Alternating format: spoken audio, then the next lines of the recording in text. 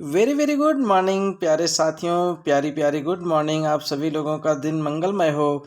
और मैं आप लोगों के लिए लेके आया हूँ जीएस का पार्ट 2। जी हाँ, जीएस का पार्ट 2 लेकर आया हूँ।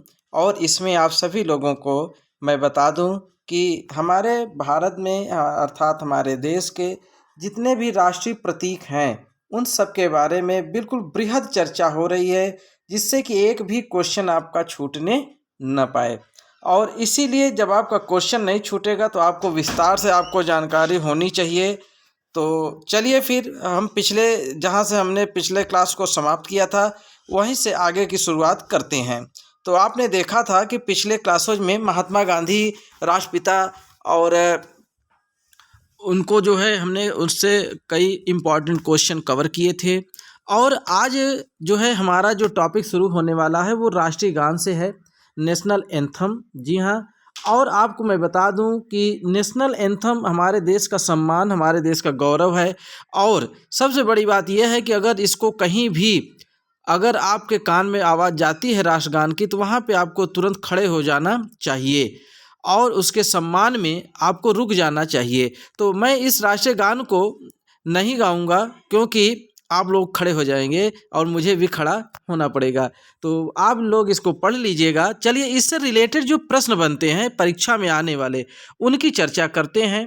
जी हाँ, और हाथ में चाय ले लीजिए, गर्मा गर्म पकौड़ी ले लीजिए और चर्चा करते हैं। चलिए तो इम्पॉर्टेंट क्वेश्चन को आप नोट करते चलिए, पेन भी कापी भी ले लीजिए, ठीक है। राष्ट्रीय गान जन गण मन की रचना रविन्द्रनाथ टैगोर ने किया। सबसे पहली बात तो आपको मालूम होना चाहिए कि जनगण मन की रचना किसने की, तो रविन्द्रनाथ टैगोर ने।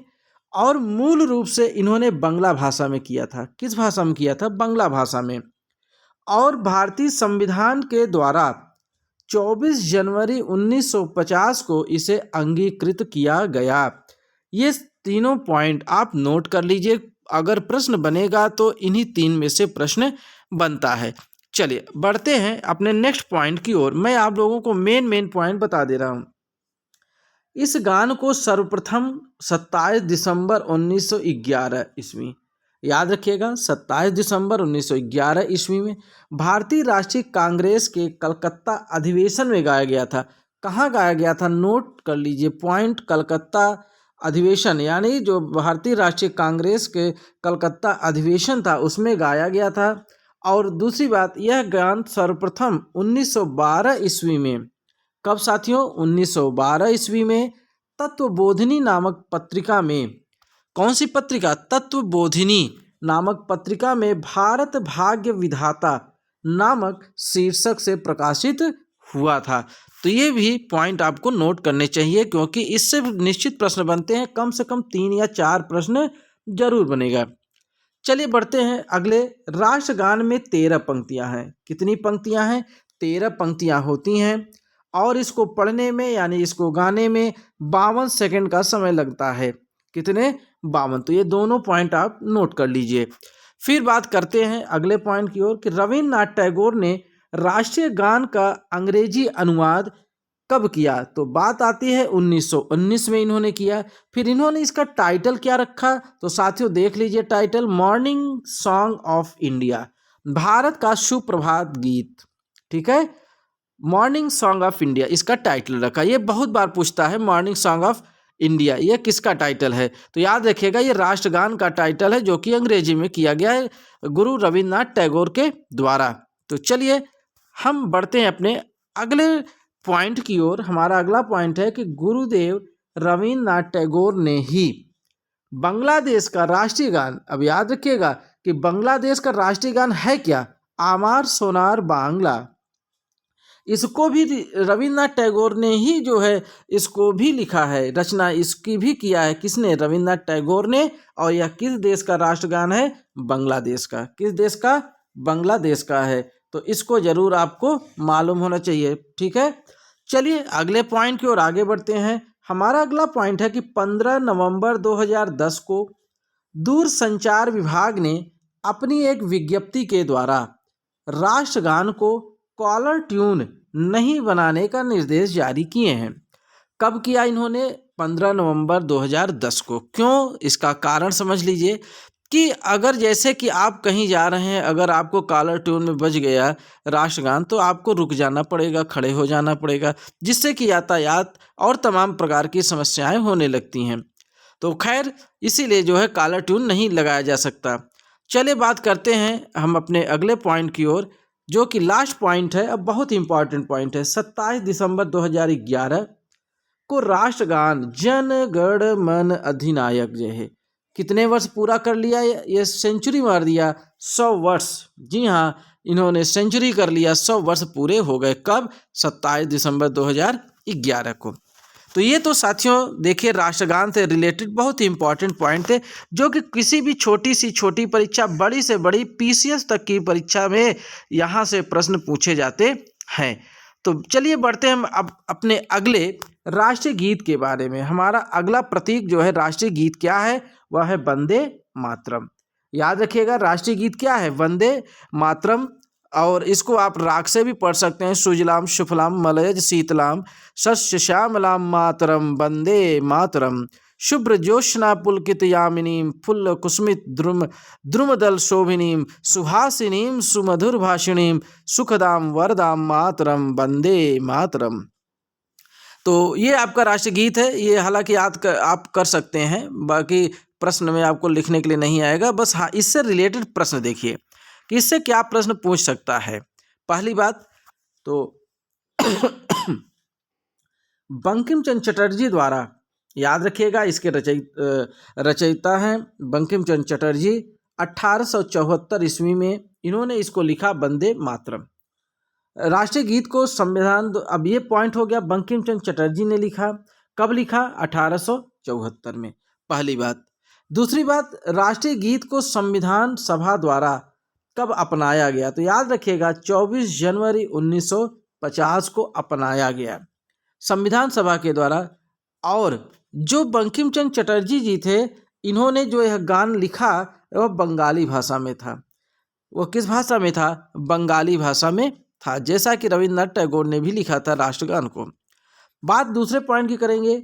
बंकिम चंद्र चटर्जी ने इस गीत की रचना अपने उपन्यास आनंद मठ, तो ये क्वेश्चन देखिए यहाँ पे, उपन्यास यानी जो आनंद मठ है यह किसकी रचना है? बंकिम चंद्र चटर्जी की है।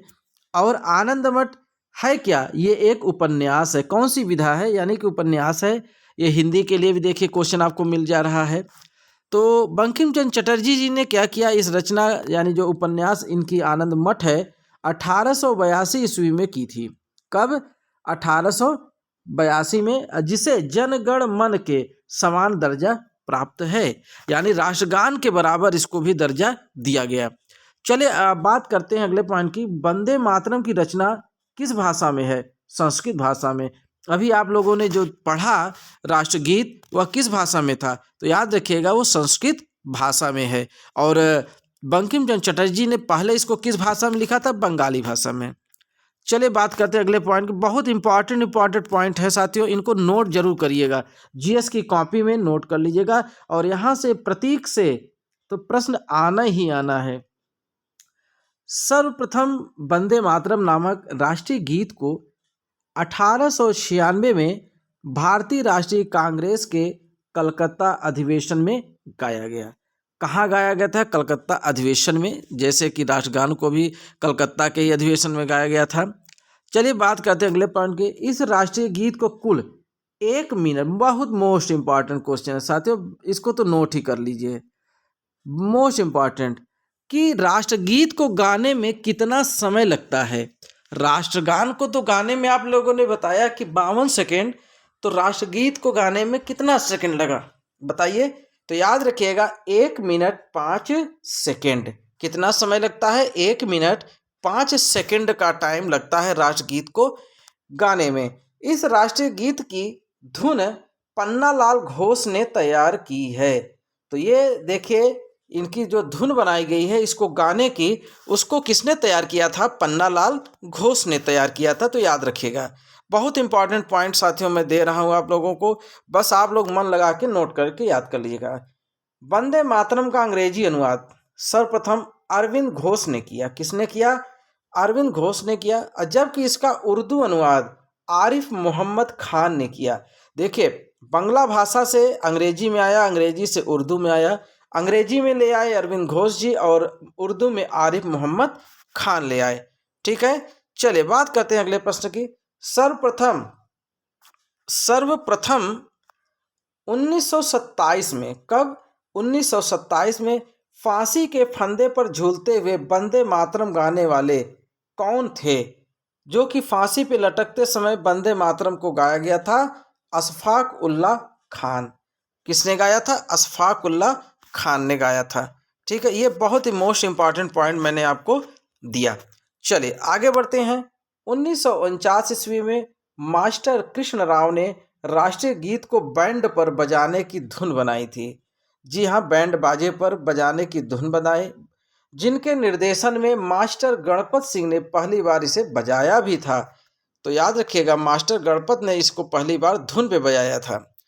फिर BBC वर्ल्ड सर्विस द्वारा 2003 में किए गए अंतर्राष्ट्रीय सर्वेक्षण में वंदे मातरम को विश्व के शीर्ष 10 राष्ट्र गीतों में दूसरे स्थान पर रखा गया। गजब भाई, क्या बात है, सेकंड पोजीशन में। और इस पे पहले नंबर पे कौन था? आयरलैंड था, जिसका राष्ट्रीय गीत क्या है? A nation once again. A nation once again. ये प्रश्न पूछ सकता है, ये कहाँ का राष्ट्रीय गीत है? A nation once again. तो बिल्कुल आप बता लेंगे आयरलैंड का है, और जो कि आयरलैंड को पहला स्थान प्राप्त हुआ था। ठीक है, तो ये कुछ जानकारी आपको मैंने दिया राष्ट्रगीत के माध्यम से, जो कि हमारे प्रतीक हैं। अब बात करेंगे अपने अगले प्रतीक, जो कि राष्ट्रीय चिन्ह हमारा क्या है? अशोक स्तंभ। भारत सरकार ने 26 जनवरी 1950 को सारनाथ में स्थित अशोक स्तंभ को राष्ट्रीय चिन्ह के रूप में स्वीकार किया। अब इसमें देखिए कई पॉइंट आपको मिल जाएंगे। पहली बात कि अशोक स्तंभ है कहाँ? तो अशोक स्तंभ याद रखिए सारनाथ में स्थित है। कहाँ है? सारनाथ में। और इसको राष्ट्रीय चिन्ह कब मिला, घोषित किया गया? 26 जनवरी 1950 को। ठीक, ये पॉइंट आपको नोट होने चाहिए। अशोक स्तंभ में 4 सिंह। पहली बात, अशोक स्तंभ में देखिए दिखता है 3, 1, 2 और 3। देखिए 3 सिर दिखते हैं, लेकिन इसमें कितने सिंह होते हैं? 4 होते हैं। एक पीछे का सिंह नहीं दिखाई देता। और ये सब एक दूसरे की तरफ पीठ किए हुए खड़े हैं। कैसे खड़े हैं? एक दूसरे की तरफ पीठ खड़े हुए। अशोक स्तंभ के नीचे की ओर अंकित पट्टी, यानी इसके नीचे जो पट्टी बनी है, एक चक्र तथा दाईं ओर एक सांड और बाईं ओर एक घोड़ा अंकित दिखाई दे रहा है। अब देखिए इसको थोड़ा सा हम ऊपर करते हैं, तब आपको दिखाते हैं। ये देखिए, अब यहाँ पे देखेंगे, ये इस पोर्शन को आप देखिए ध्यान से। यहाँ पे देखिए एक घोड़ा, यानी कि एक घोड़ा दिख रहा है और एक सांड दिख रहा है, और ये देखिए एक चक्र है। वही कह रहा है कि एक सांड और बाईं ओर एक घोड़ा। तो ये देखिए बाईं ओर एक घोड़ा और ये दाहिनी ओर एक सांड दिखाई दे रहा है। इसमें यही प्रश्न पूछता है कि कौन सा जानवर दिखता है? तो एक याद रखिएगा, एक सांड है और एक घोड़ा है। अशोक स्तंभ में नीचे की ओर देवनागरी लिपि में सत्यमेव जयते लिखा है। आप ध्यान से देखेंगे तो यहीं पे सत्यमेव जयते लिखा मिलता है, जिसे मुंडोक उपनिषद से लिया गया है। याद रखिएगा, सत्यमेव जयते, बहुत इंपॉर्टेंट प्रश्न। सत्यमेव जयते कहाँ से लिया गया है? तो याद रखिएगा मुंडकोपनिषद से लिया गया है। कहाँ से? मुंडकोपनिषद से। चलिए अगले पॉइंट की ओर। राष्ट्रीय चिन्ह में दर्शाए गए पशुओं में घोड़ा क्या करता है? घोड़ा क्यों दिखाया गया? क्योंकि घोड़ा शक्तिमान होता है, अदम्य शक्ति को दिखाता है, परिश्रम को दिखाता है, क्योंकि घोड़ा मेहनती होता है, गतिशीलता का द्योतक है, इसीलिए इसको यहाँ पे घोड़ा को दिखाया गया। फिर क्या कर रहा है कि राष्ट्रीय चिन्ह में दर्शाए गए पशुओं में सिंह है। शेर किस लिए, शेर किस चीज का प्रतीक दिखाता है? शेर जो होता है वो साहस का प्रतीक, शौर्य का और निर्भीकता का प्रतीक दिखाई देता है। ठीक है, फिर बात करते हैं राष्ट्रीय चिन्ह में दर्शाए गए पशुओं में सांड, यानी जो सांड है वह किस बात का प्रतीक है? वह भारत की जो कृषि है, प्रधान अर्थव्यवस्था है, उसका द्योतक होता है। और इसीलिए यहाँ पे 3 जानवर देखिए आपको दिखाई दिए, शेर, सांड और घोड़ा। और मैंने तीनों आपको बताया कि यह किस चीज़ के प्रतीक हैं। तो अशोक स्तंभ से जरूर प्रश्न बनते हैं। अब बात करेंगे अपने राष्ट्रीय पंचांग की यानी कैलेंडर की। ये भी हमारे राष्ट्रीय प्रतीक के रूप में आते हैं साथियों। तो पहली बात तो याद रखिए कि सरकारी कामकाज के उद्देश्य से 22 मार्च 1957 ईस्वी को राष्ट्रीय पंचांग को अपनाया गया। याद रखिएगा, राष्ट्रीय पंचांग को कब अपनाया गया? तो 22 मार्च 1957 को, पहली बात। दूसरा पॉइंट, ग्रिगोरियन कैलेंडर के अलावा भारतीय राष्ट्रीय पंचांग शक संवत पर आधारित है। किस पर? शक संवत पर। इसका पहला महीना जो होता है, शक संवत का पहला जो महीना गिनती होती है वो चैत्र से शुरू होती है। कैसे? चैत्र से। और जो ग्रिगोरियन कैलेंडर है अर्थात अंग्रेजी कैलेंडर, तो उसकी शुरुआत 22 मार्च की तारीख से आरंभ माना जाता है। और इसमें जो अंतिम महीना होता है वो फागुन का महीना होता है, जब होली समाप्त होती है। तो याद रखिएगा, ये हमारे पंचांग के अनुसार जो फागुन का महीना होता है वो वर्ष का आखिरी महीना माना जाता है। अब बात करेंगे कि राष्ट्रीय पंचांग में क्रमशः 12 महीने होते हैं, जिनमें मैंने आपको बताया कि चैत्र सबसे पहला यानी नए वर्ष की शुरुआत चैत्र से होती है। आपका चैत्र हो गया, बैसाख, ज्येष्ठ, आषाढ़, श्रावण को सावन बोलते हैं, सावन, भाद्रपद को भादव, सावन भादव, अश्विन को कुवार बोलते हैं, अश्विन को क्या बोलते हैं? कुवार, कार्तिक, अग्रहायण को अगहन बोलते हैं, कुवार, कार्तिक, अगहन, पूस, पौष को पूस बोलते हैं। तो सावन, भादव, कुवार, कार्तिक, अगहन, पूस। फिर ये माघ, मार्गशीर्ष को क्या बोलते हैं? माघ। फिर आपका ये फागुन यानी आखिरी महीना आ गया। तो इसमें प्रश्न ये पूछता है कि राष्ट्रीय पंचांग के अनुसार प्रथम माह कौन होता है? तो याद रखिएगा, प्रथम माह चैत्र होता है और आखिरी माह फागुन होता है, जिसमें होली होती है। ठीक, ये प्रथम और आखिरी तो जरूर आप याद कर लीजिए। फिर बात करेंगे, शक संवत 78 ईस्वी में शुरू हुआ था। तो शक संवत की शुरुआत ही समझ लीजिए सन 78 से शुरू हुआ, जिसे कुषाण वंशीय शासक कनिष्क, तो कनिष्क किस वंश का शासक था? तो याद रखिएगा, कुषाण वंश का शासक था। कनिष्क ने प्रारंभ किया था। किसने किया था? कनिष्क ने। तो याद रखिएगा, शक संवत का संबंध कनिष्क से है। किससे? कनिष्क से, जो कि कनिष्क कुषाण वंश का राजा था, और इसी ने सन 78 ईस्वी में इसकी शुरुआत किया। तो ये तो हो गया हमारा राष्ट्रीय पंचांग। अब देखते हैं हमारा अगला जो है राष्ट्रीय प्रतीक क्या है। जी हाँ, ये देखिए, हमारा अगला राष्ट्रीय प्रतीक पशु यानी बाघ है, टाइगर। भारत का राष्ट्रीय पशु बाघ यानी पैंथरा टाइग्रिस लिनायस इसका वैज्ञानिक नाम है, जो पीले रंग और धारीदार लोमचमे वाला एक पशु है। अर्थात इसमें चित्तीदार पड़ा होता है, लोम चर्म वाला। इसकी 8 प्रजातियों में, याद रखिएगा, बाघ की कितनी प्रजातियां हैं? 8 प्रजातियों में से भारत में पाई जाने वाली प्रजाति को रॉयल बंगाल टाइगर कहते हैं, जो कि भारत में पाई जाती है, के नाम से जाना जाता है। 1972 में बाघ को भारत का राष्ट्रीय पशु चुना गया है। याद रखिए, बहुत मोस्ट इंपॉर्टेंट क्वेश्चन। यानी कि बाघ को जो है राष्ट्रीय पशु का दर्जा कब दिया गया? तो याद रखिएगा, 1972 में दिया गया। अब ये किस लिए जाना जाता है? अपनी शालीनता, दृढ़ता, फुर्ती और अपार शक्ति के कारण राष्ट्रीय पशु कहलाने का गौरव हासिल हुआ है। यानी कि बहुत ताकतवर और बहुत ही जो है फुर्तीला होने के कारण अन्य जानवरों की अपेक्षा, तो इसीलिए इसको राष्ट्रीय पशु का दर्जा दिया गया। ठीक है, चलिए देखते हैं अगला हमारा राष्ट्रीय प्रतीक क्या आपके सामने आने वाला है। यस, तो राष्ट्रीय प्रतीक मयूर की बात करें। यस, मयूर की बात करेंगे, जिसको सिकंदर महान जो है अपने साथ ले गया था भारत की निशानी समझकर।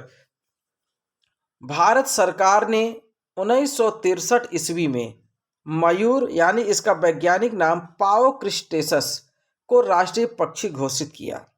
कौन सा पक्षी घोषित किया? राष्ट्रीय पक्षी घोषित किया। कब? 1963 में। हंस के आकार के इस रंग बिरंगे पक्षी की जो गर्दन लंबी होती है, आंख के नीचे सफेद निशान होते हैं, सिर पर पंख के आकार की कलगी होती है ना। मादा मयूर का रंग भूरा होता है। मादा मयूर की अपेक्षा नर मयूर अत्यधिक सुंदर होता है। नर मयूर अपने पंखों को फैलाकर नृत्य से बड़ा ही आकर्षण दृश्य पैदा करता है। तो ये तो आपके मयूर के बारे में हो गया। चलिए अब प्रश्नों की बात करते हैं, कैसे प्रश्न पूछे जाते हैं। भारतीय वन्य प्रणाली सुरक्षा अधिनियम 1972 के अंतर्गत इसे पूर्ण संरक्षण प्राप्त है।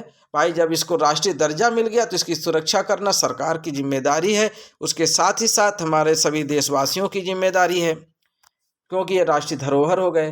दूसरा पॉइंट, सिकंदर महान मोर की सुंदरता से प्रभावित होकर भारत विजय की निशानी के रूप में इसे अपने साथ ले गया था। यानी कि भारत विजय की निशानी के रूप में ले गया था कौन? सिकंदर महान। भारत से पूर्व म्यांमार भी मयूर को राष्ट्रीय पक्षी घोषित कर चुका था, अर्थात भारत ने भी घोषित किया और भारत से पहले किसने घोषित किया था? म्यांमार ने घोषित किया था। तो याद रखिएगा म्यांमार का भी राष्ट्रीय पशु मयूर ही है। याद रखिएगा ये इंडिया से पहले इसने घोषित किया था, इंडिया बाद में किया। 1963 में मोर को राष्ट्रीय पक्षी की मान्यता के बाद इसे मारना कानूनन अपराध घोषित किया गया, क्योंकि यह हमारे देश की सुरक्षा यानी हमारे देश की जो है संपदा बन गया। फिर बात करते हैं, भारतीय पुराण के अनुसार मोर सुब्रमण्य का वाहन है। किसका वाहन है? सुब्रमण्य का वाहन है। किसके अनुसार? भारतीय पुराण के अनुसार। ये धार्मिक बातें हैं। चलिए बात करते हैं अब अपने अगले टॉपिक राष्ट्रीय पुष्प की। हमारा जो आप जानते हैं कमल राष्ट्रीय पुष्प होता है कि नहीं साथियों? भारत का राष्ट्रीय जो पुष्प है वो कमल है, ये सबको मालूम होगा। और इसका जो वैज्ञानिक नाम है ये कुछ लोगों को मालूम होगा, नेलम्बो न्यूसिपेरा गार्टन। तो अब सबको मालूम हो गया। इसका प्राचीन भारतीय कला और पुराणों में महत्वपूर्ण स्थान है। प्राचीन काल से ही इसे भारतीय संस्कृति का मांगलिक प्रतीक माना जाता रहा है। इसका विवरण विष्णु पुराण, जो विष्णु पुराण है, पद्म पुराण से मिलता है। और क्या, ब्रह्मा सरस्वती लक्ष्मी इन देवी देवताओं की स्थिति कमल में है, अर्थात उसी में विराजमान होते हैं। ठीक है, चलिए अगले पॉइंट की ओर बढ़ेंगे। हमारा जो नेक्स्ट पॉइंट है राष्ट्रीय वृक्ष बरगद की बात करते हैं। हमारा जो राष्ट्रीय वृक्ष है बनियान, बनियान माने बरगद का पेड़। राष्ट्रीय वृक्ष बरगद है जिसका वैज्ञानिक नाम है फाइकस बेंगालेंसिस। यह एक बहुवर्षीय विशाल घना एवं फैला हुआ वृक्ष होता है। बहुवर्षीय यहाँ पे बोला यानी कई वर्षों तक रहने वाला। हिंदुओं का पवित्र वृक्ष भी है, जैसे कि पीपल, तुलसी है ना, और आपका बरगद, ये सब पवित्र पेड़ माने जाते हैं। और इसकी शाखाएं दूर दूर तक कई एकड़ में फैली होती हैं। इसकी शाखाएं ही तो जड़ बन जाती हैं। ये देखिए, ये है आपका बरगद का पेड़, आप देख लीजिए अच्छे से। ये जो इसकी शाखाएं ये लटक रही हैं, ये जब जमीन में टच हो जाती है तो ये जमीन में जब टच हो जाएगी तो ये अंदर चली जाती है और ये भी एक जड़ का रूप ले लेती हैं। बिल्कुल। तो बनियान का पेड़, जनवरी से मार्च तक का समय बरगद का पुष्पकाल है। तो जनवरी से मार्च तक का है। बरगद जितनी गहरी जड़ें किसी और वृक्ष की नहीं होती, एक नीचे घुसता चला जाता है। कौन? बरगद की जड़ें। चलिए देखते हैं राष्ट्रीय फल। ओहो भाई, आम आ गया, आम फलों का राजा। भारत का राष्ट्रीय फल आम। वाह भाई, आम का नाम सुनते मुंह में पानी आ जाता है।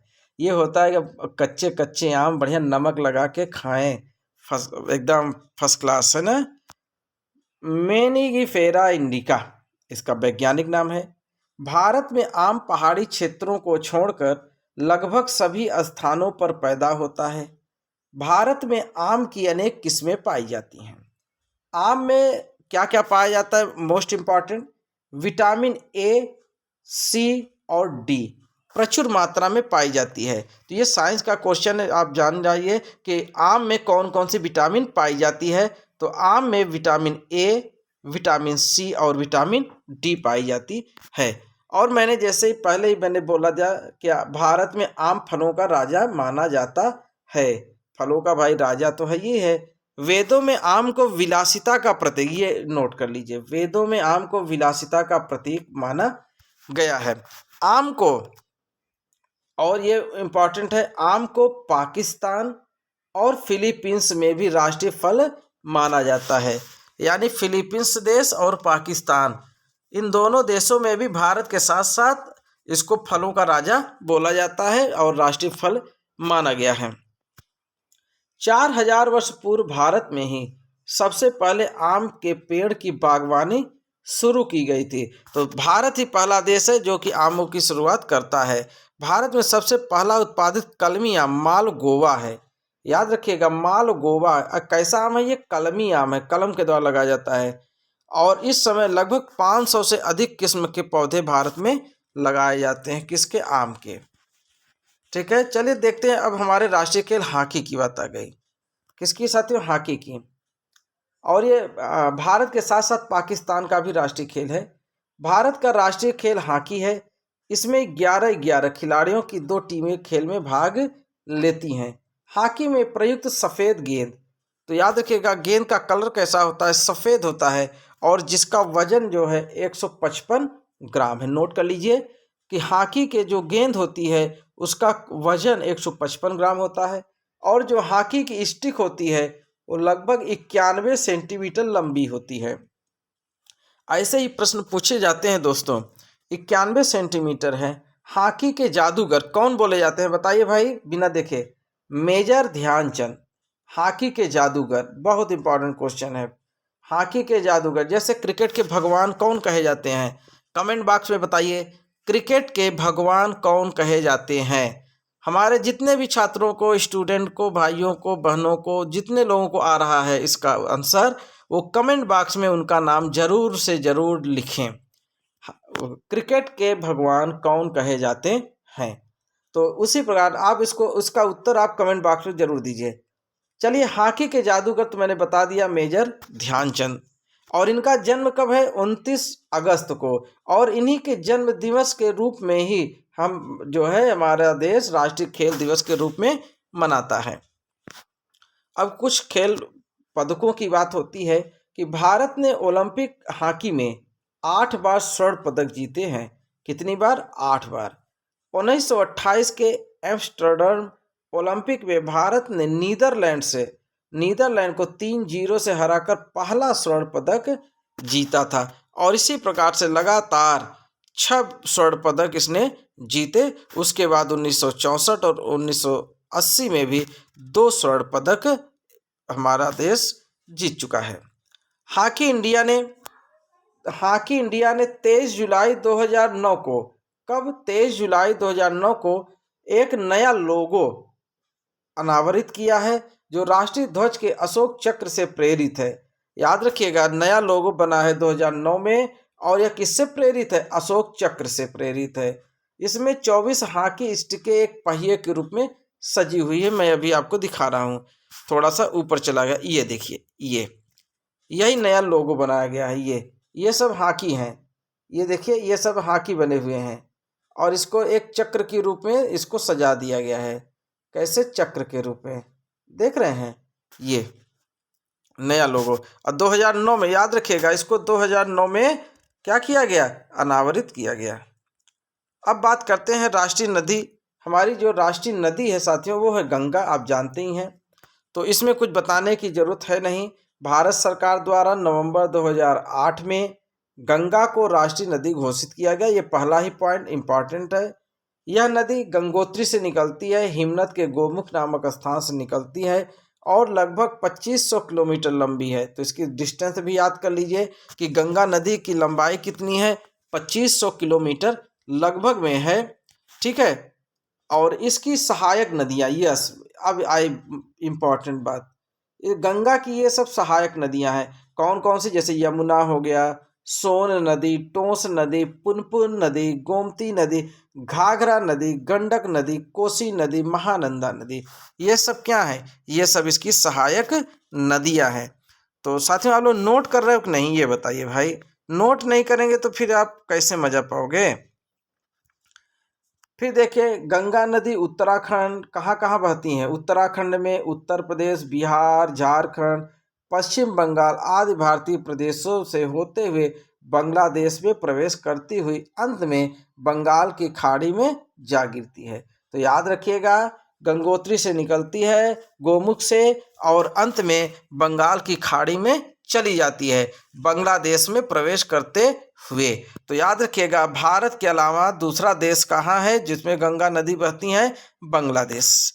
ठीक है, बाकी तो ये सब राज्य हैं जो कि भारत के ही हैं। चलिए बढ़ते हैं अगले प्रश्न। राष्ट्रीय जलीय जीव। यस, डॉल्फिन बहुत ही प्यारे जानवर होते हैं भाई, जलीय जानवर। 10 मई 2010 को भारत सरकार के वन एवं पर्यावरण मंत्रालय ने डॉल्फिन को राष्ट्रीय जलीय जीव घोषित किया। क्या घोषित किया? राष्ट्रीय जलीय जीव घोषित किया। केंद्र सरकार ने गंगा में डॉल्फिन की संख्या बढ़ाने के लिए प्रोजेक्ट डॉल्फिन को भी प्रोजेक्ट टाइगर की तरह महत्वपूर्ण माना है। अर्थात इनकी संख्या जो है, गंगा डॉल्फिन इसीलिए बोला जाता है कि गंगा में इनकी संख्याओं को और अत्यधिक रूप से प्रोजेक्ट डॉल्फिन की तरह जो है इसको बढ़ाया जाए। विश्व के ताजे पानी के केवल 4 क्षेत्रों में डॉल्फिनें पाई जाती हैं। मोस्ट इंपॉर्टेंट क्वेश्चन, विश्व के ताजे पानी के केवल 4 क्षेत्रों में पाई जाती हैं। भारत में कहाँ पाई जाती है? गंगा नदी में, चंबल नदी में। और ये भारत की 2 जगहों पे याद रखिएगा कि जो डॉल्फिन, ये देखिए डॉल्फिन, ये बहुत ही दिमागदार होती हैं, और ये भारत में कहाँ पाई जाती है? 2 जगह याद रखिएगा, एक गंगा नदी में और दूसरा कौन सी नदी है? चंबल नदी। ये 2 जगहों पे पाई जाती है। फिर बात करते हैं कि पाकिस्तान में, तो पाकिस्तान में सिंधु नदी में फूला और चीन में यांगत्जे नदी यानी बाजी में पाई जाती हैं, और ब्राजील के अमेजन नदी में बोटो नाम से डॉल्फिन की प्रजाति पाई जाती है। इस प्रकार से आपने देखा। अच्छा, डॉल्फिन का नाम भी यहाँ देखिए बदलता जा रहा है। पाकिस्तान में जो सिंधु नदी है उसमें इनको फूला बोला जा रहा है डॉल्फिन को, और जो चीन में यांगत्जे नदी उसमें डॉल्फिन का नाम बदल के बाजी कर दिया गया, और ब्राजील में इसी को बोटो के नाम से पुकारते हैं। ये इंपॉर्टेंट क्वेश्चन है, डीपली क्वेश्चन है, पीसीएस लेवल तक के ये क्वेश्चन बन रहे हैं। चलिए, गंगा में पाई जाने वाली डॉल्फिन दृष्टिहीन होती है। ये देखिए, बहुत जरूरी चीजें आपको पता चल गई कि ये दृष्टिहीन होती हैं, इनकी आंखों में लेंस नहीं होते। मादा डॉल्फिन की लंबाई नर डॉल्फिन से अधिक होती है। डॉल्फिन का उल्लेख महाभारत एवं बाबरनामा में भी मिलता है। तो याद रखिएगा, गंगा में जो पाई जाती है भारत में, इनमें जो है डॉल्फिन दृष्टिहीन होती हैं, इनकी आंखों में लेंस नहीं होते हैं। ठीक है, चलिए अगले हम बढ़ते हैं अपने अगले प्रतीक की ओर। हमारा नेक्स्ट प्रतीक क्या है? हमारा नेक्स्ट प्रतीक है राष्ट्रीय मुद्रा, यानी जो रुपया होता है। ये देखिए बना हुआ है। भारतीय रुपये का अलग पहचान चिन्ह निर्धारित करने के लिए 15 जुलाई 2010 को नया प्रतीक आर, जो कि देवनागरी लिपि के आर को मिलाकर बनाया गया है। तो ये बिल्कुल याद रखिएगा, भारतीय मुद्रा विश्व की 5वीं ऐसी मुद्रा है जिसका अपना अलग पहचान है, जो इस शेप में बन रहा है। ये ऐसे देख रहे हैं। इसके पूर्व अमेरिकी डॉलर, ब्रिटिश पाउंड, जापानी येन और यूरोपीय यूरो का अपना अलग अलग पहचान चिन्ह है। मुंबई आईआईटी के पोस्ट ग्रेजुएट, अब देखिए किसने बनाया था? उदय कुमार ने। किसने बनाया था? उदय कुमार ने। ये मुंबई से आईआईटी हैं, जी हाँ, और वहाँ से पोस्ट ग्रेजुएट इन्होंने किया और भारतीय मुद्रा को डिजाइन किया। किसने? उदय कुमार ने। याद रखिएगा, मुंबई आईआईटी हैं, मुंबई के आईआईटी के हैं।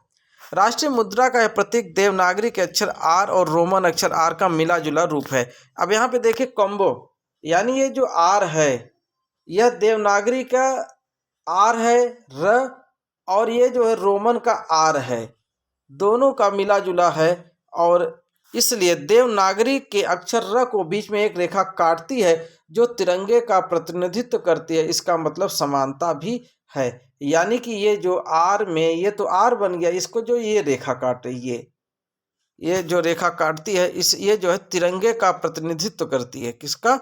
तिरंगे का। और इसका मतलब क्या हुआ? ये जो रेखा काट रही है इसका मतलब हो गया समानता, इक्वलिटी। क्या हो गया? समानता हो गया। ठीक है, चलिए अगले हम बढ़ते हैं। हमारा अगला प्रतीक क्या कह रहा है साथियों? हमारा अगला प्रतीक है इंडिया गेट, राष्ट्रीय स्मारक। इंडिया गेट भारत का राष्ट्रीय स्मारक है। यह देश के सबसे बड़े युद्ध स्मारकों में शामिल है। इंडिया गेट देश की राजधानी दिल्ली में स्थित है। इसे उन 90,000 सैनिकों की याद में 1931 में बनाकर तैयार किया गया। तो याद रखिएगा 1931 में इंडिया गेट को तैयार किया गया। किसकी याद में? 90,000 सैनिकों की याद में, जो प्रथम विश्व युद्ध के दौरान अफगान युद्ध में ब्रिटिश सेना की तरफ से लड़े थे। उनकी याद में बनाया गया था। 10 फरवरी 1921 को ड्यूक ऑफ कनॉट ने अखिल भारतीय युद्ध स्मारक, जो इंडिया गेट कहलाता है, की नींव डाली थी। किसने नींव डाली थी? याद रखिएगा ड्यूक ऑफ कनॉट ने। ड्यूक ऑफ कनॉट ने कब? 10 फरवरी 1921 को। इंडिया गेट का डिजाइन किसने किया था? इसका डिजाइन किए थे सर एडविन लुटियंस ने। किसने? सर एडविन लुटियंस ने। पहले इंडिया गेट को क्या नाम था? इंडिया गेट का पहले का नाम क्या था? तो याद रखिएगा ऑल इंडिया वार मेमोरियल। इस इंडिया गेट तो अब कहा जाने लगा, लेकिन पहले इसको बोला जाता था ऑल इंडिया वॉर मेमोरियल। ठीक है, तो आप लोग नोट कर रहे हो ना? यस। 26 जनवरी 1972 को इंडिया गेट मेहराब के नीचे दिसंबर 1971 के भारत पाक युद्ध में मारे गए भारतीय जवानों के प्रति राष्ट्र की श्रद्धांजलि के रूप में एक स्मारक अमर जवान ज्योति जोड़ दिया गया था।